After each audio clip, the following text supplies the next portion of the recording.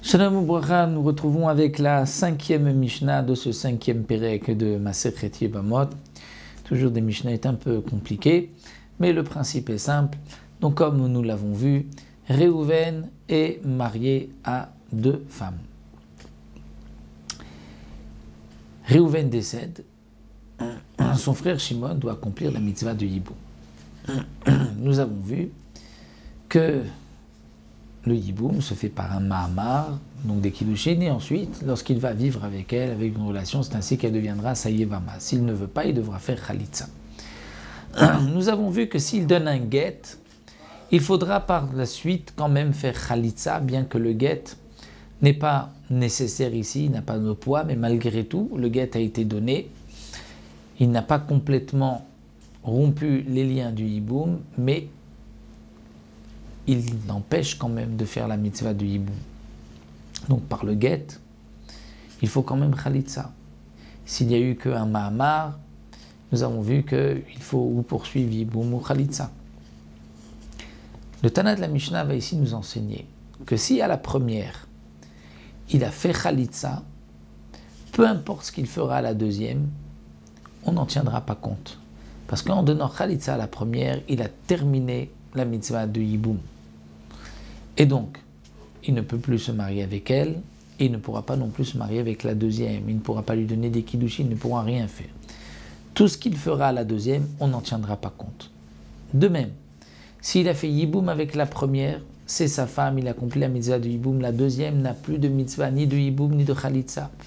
Tout ce qu'il fera à la deuxième, on n'en tiendra pas compte. Même s'il fait Khalitsa à la deuxième, elle ne sera pas interdite à un Kohen.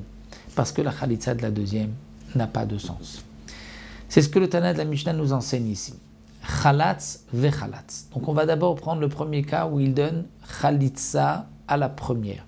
Et à la seconde, Khalatz, il lui fait aussi Khalitsa. On n'en tiendra pas compte de la Khalitsa de la deuxième, elle peut se marier avec un Kohen. Oh, ou bien, Khalatz vasamamar, il fait Khalitsa à la première et ensuite il donne des kiddushin à la deuxième, on n'en tient pas compte, elle n'a pas besoin de get. Ou bien, Nathan get. Ou bien Baal. C'est-à-dire, il a fait Khalitsa à la première, il a donné un get à la deuxième. Eh bien, ce get ne l'interdit pas non plus à un Kohen. Elle n'est pas divorcée. Il a fait Khalitsa à la première ou Baal et il a une relation avec la deuxième. On n'en tient pas compte non plus. Ce n'est pas sa femme et il pourra ensuite se marier avec les sœurs de la deuxième. Parce que cette Beïla n'a pas sa place dans le Yiboum étant donné qu'il a fait Khalitsa à la première. C'est sûr qu'il n'avait pas le droit d'avoir une relation avec elle. Mais s'il a une relation avec elle, il a transgressé, ce n'est pas sa femme et les sœurs de celle-ci ne sont pas interdites. Donc ça, c'est le premier cas que nous enseigne la Mishnah. Après la Khalitsa, il n'y a plus rien. Oh, ou inversement. Baal ou Baal. Il a voulu accomplir la mitzvah du Yiboum avec la première, il a eu une relation. Ensuite, une relation avec la deuxième. Cette relation de la deuxième, c'était une interdiction. On n'en tient pas compte parce qu'il y a déjà eu le Yiboum avec la première. Oh, ou bien, Baal ve'asa ma'amar. Il a eu une relation avec la première, donc Yiboum. Ensuite, donne des kiddushin à la deuxième. On n'en tient pas compte, elle n'a pas besoin de get. Ou bien, Nathan get, il a donné un get à la deuxième après qu'il y ait eu Yiboum avec la première. On n'en tient pas compte, elle peut se marier avec un Kohen. Ou bien Khalatz, il a fait Khalitsa à la deuxième, elle peut se marier avec un Kohen, étant donné qu'il y a eu déjà le Yiboum avec la première. Parce que voici le principe, En acha Khalitsa klum. Il n'y a rien après la Khalitsa, et il n'y a rien non plus après la bia, après le Yiboum.